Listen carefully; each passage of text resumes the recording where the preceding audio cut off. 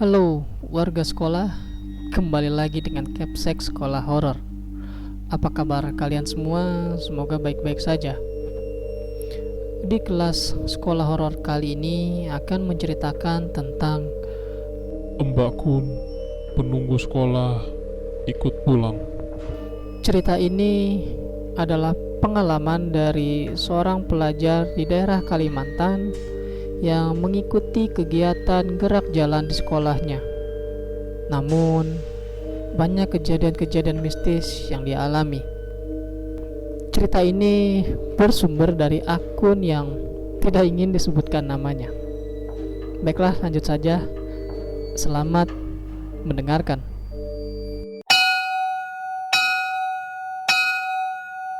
Jadi, kejadian ini aku alamin ketika kelas 10 di tengah semester awal. Waktu itu tuh hari terakhir latihan kami buat gerak jalan. Pas pula itu hari Kamis. Latihan kami sore hari jam 3 gitu. Karena takut telat, aku dan dua temanku, yaitu Rosa dan Wati, berangkat awal. Sampai di sekolahan sekitar jam setengah 3-an. Dan nyampe sana lumayan, belum banyak yang datang. Terus kami memutuskan untuk mengelilingi sekolahan. Pas ngelewatin WC dekat blok kelas 12, si Rosa tiba-tiba berhenti. Dia ngeliatin ke dalam. Aku dan Wati ikutan berhenti. Perasaanku gak enak. Gak tahu kenapa ini anak tiba-tiba berhenti. Apalagi aku dan Wati tahu kalau si Rosa ini bisa lihat makhluk tak kasat mata. Agak takut aku buat ngeliat ke dalam. Kosong, hampa, gelap. Itu yang aku lihat di dalam WC. Mungkin Wati ngerasa yang sama juga. Jadi dia langsung ngajak kita pergi. Balik lagi jalan ke belakang, yaitu ke blok kelas 11 IPS. Kebetulan di sana ada beberapa teman yang duduk di kursi depan kelas dekat pohon beringin.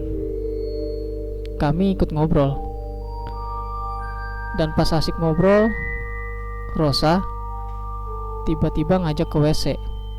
Tapi dia cuma ngajak aku doang. Ya, dan tanpa ragu aku iyain. Tapi pas sampai di jalan, tiba-tiba perasaanku gak enak. Tiba-tiba perasaanku ada yang aneh dan kayak horor. Tapi ku coba santai. Anggap aja cuma perasaan. Pas udah di WC dan Rosa udah di bilik, ruangan memang terasa gelap. Pintu utama WC cewek pun kututup. Gue juga gak paham kenapa aku tutup pintu. Padahal perasaan pada saat itu sedang was-was. Iseng-iseng aku lihat lorong WC di depan mata. By the way, posisiku di depan pintu dan tanganku megang gagang pintu ini. Tahu nggak apa yang kulihat? Nggak ada sih. Tapi perasaanku makin lama makin gak enak. Pintu mulai kebuka sedikit demi sedikit. Dan belum terbuka, tiba-tiba Rosa teriak sambil buka pintu dengan buru-buru. Aku yang kaget ikutan teriak dan lihat ke arah bilik Rosa sambil buka pintu lebar. Pas Rosa udah keluar, kami lari keluar balik ke tempat awal. Sampai sana teman-teman pada liatin kami berdua, khususnya Rosa. Pas ditanya ada apa, Rosa gak jawab. Dia malah noleh aku terus nanya, "Tadi kamu dengar suara cekikikan gak di WC?" Dek. Terdiam dan kaget. Terus aku geleng. Rosa tanya lagi kenapa aku teriak. Ya aku jawab aja kalau aku kaget dengar teriakannya dia. Suruh siapa teriak? Orang lagi ketakutan. Jadilah mereka yang dengar langsung tanya-tanya ke Rosa. Gak lama, kakak pembina datang dan kita latihan kayak biasa. Tapi latihannya gak berat. cuma pengarahan doang. Katanya nggak boleh kecapean dan harus simpan tenaga buat besok gerak jalan lagi. Pas latihan sekitar jam 4 sore, salah satu kakak berhentiin barisan. Terus dia nanya ke Rosa, kenapa si Rosa itu nggak konsen ketika latihan. Si Rosa menjawab, ada yang liatin kita kak dari WC. Otomatis dong, semua langsung melihat ke arah Rosa. Aku juga langsung noleh ke belakang ke arah barisan Rosa. By the way, lapangannya ini depan blok kelas 12 yang bentuk L dan kelas 11 IPS. Jadi kebetulan yang cewek pas banget di depan WC. Kemudian si kakak kasih saran buat gak ngeliatin ke WC, suruh cuekin aja dan menyuruh kita untuk tetap lanjut. Tapi si Rosa tetap aja gak konsen. Dia sering ngeliatin WC malahan. Padahal kakak pembina udah terus dan terus nyerakin kita buat gak usah peduliin.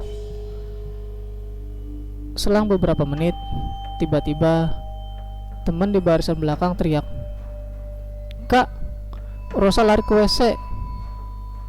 Barisan pun mulai gak konsen.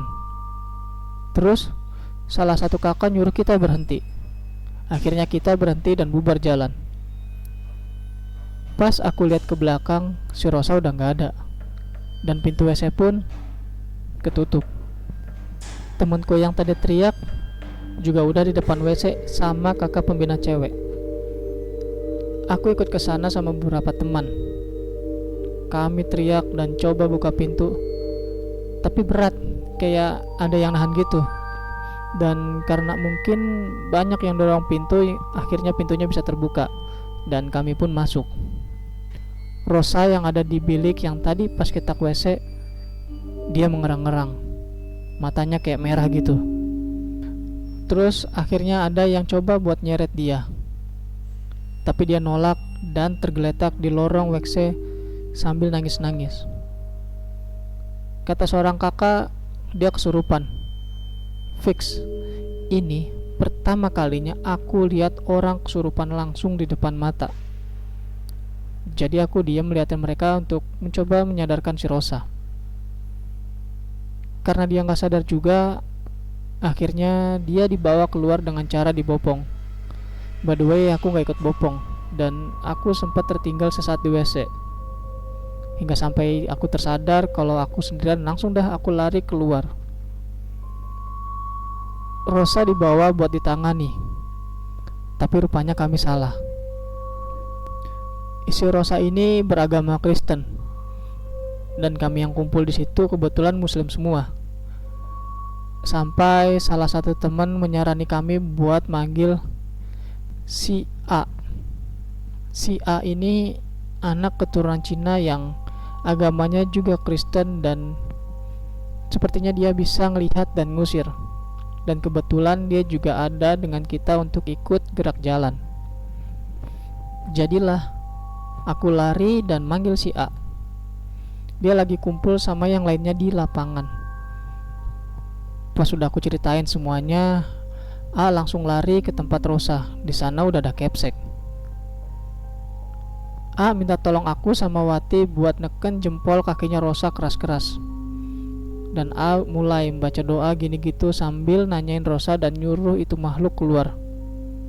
Sambil ngeliatin Rosa yang sedang ditangani, kepsek bercerita kalau di WC itu memang ada makhluknya. Bahkan kepsek sendiri pernah melihat sosok nenek-nenek, dan ada juga yang hanya melihat sosok kepala tanpa badan. Setelah lama si Rosa pun belum sadar. Si Wati mulai getir. A yang tahu nyuruh Wati menjauh biar gak ikutan katanya. Jadilah Wati pergi, terus digantiin dengan yang lain. Aku yang ngeliatin Wati gak tega, ku minta lainnya buat gantiin. Terus nyamperin Wati. Tangannya dingin dan berkeringat. Dia kelihatan ketakutan. Lalu aku kasih dia air minum dan nyuruh dia buat baca-baca sambil nenangin dan kasih hal positif. Setelah nggak lama, Rosa mulai sadar. Akhirnya kami bisa pulang. Dan saat itu hari mulai gelap mau maghrib. Pas di parkiran, Rosa langsung duduk di depan dan minta kunci motor. By the way, aku tiap hari berangkat dan pulang bareng Rosa pakai motorku. Rumah kami deketan gitu. Tapi aku gak langsung kasih, masih diem, mikir. Dia kan abis kesurupan. Terus tiba-tiba mau bawa motor sendiri. Dan sedangkan aku nanti yang di belakangnya bagaimana? Intinya sih aku coba nolak, karena bagaimanapun juga kan badannya belum pulih. Tapi Rosa maksa. Dan Wati yang nungguin kami akhirnya menyuruhku buat ngikutin kemauan Rosa. Aku pun kasih kuncinya. Lalu kita pulang. Di jalan kami hening. Sudah maghrib pula. Rute yang diambil agak jauh. Rosa milih rute yang jauh namun ramai. Aku antar Rosa pulang dulu. Dan pas dia turun kayak biasa, dia nawarin mampir gitu. Tapi ketolak karena udah maghrib. Rosa pun bilang gini, "Ya udah, hati-hati ya," sambil liatin datar ke aku. Seketika aku takut dong. Dan terus akhirnya aku pamit dan pulang. Di jalan sungguh suasana sangat sunyi, padahal ada rumah. Dan rumahku sama Rosa cuma beda gang doang, tapi rasanya jauh. Bahkan parahnya aku merasa kayak ada mbak-mbak gitu di bayangan kepalaku. Fix, aku lagi halu. Sampai rumah aku langsung masuk dan duduk termenung. Well, bukan termenung sih, lebih tepatnya duduk ketakutan. Dan ngeliatin sekitar ruangan kayak ada yang sedang liatin aku. Dan lagi-lagi bayangan si Mbak terus muncul di kepala. Bunda yang ngerasa aneh langsung nyamperin dan tanya kenapa. Aku jawab aja apa adanya. Bundaku pun paham. Dia terus ngasih tahu ke ayahku. Abis itu ayahku ngasih air segelas ke aku dan ngelus kepalaku. Ayahku bukan orang pintar, gak bisa ngobatin gitu. Tapi perlahan aku mulai tenang. Rasa takutku pun mulai berkurang. Pertanyaannya, tahu dari mana aku diikutin? Apa ada yang kasih tahu? Keesokan harinya, pas aku jemput Rosa buat berangkat ke lokasi lomba gerak jalan, dia cerita. Dia bilang kalau kemarin ada mbak yang ngikutin aku balik sampai rumah. Seketika aku diam dan merinding. Pantes aku ketakutan kayak gitu. Padahal pas di sekolah biasa-biasa aja. Tapi kenapa pas pulangnya tiba-tiba serem? Dan aku pun baru ingat kalau pas itu aku lagi datang bulan. Kata orang misal cewek pas datang bulan dia rentan sama makhluk tak kasat mata gitu. Apalagi aku tinggal di Kalimantan. Tahu kan, di Kalimantan ada kuyang.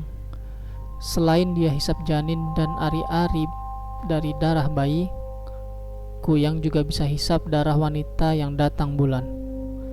By the way, ini pertama kalinya aku ngerasain hal horor yang jelas. Walau nggak lihat secara langsung dan aku juga nggak mau lihat. Tapi udah cukup buat aku sawan. Sekian.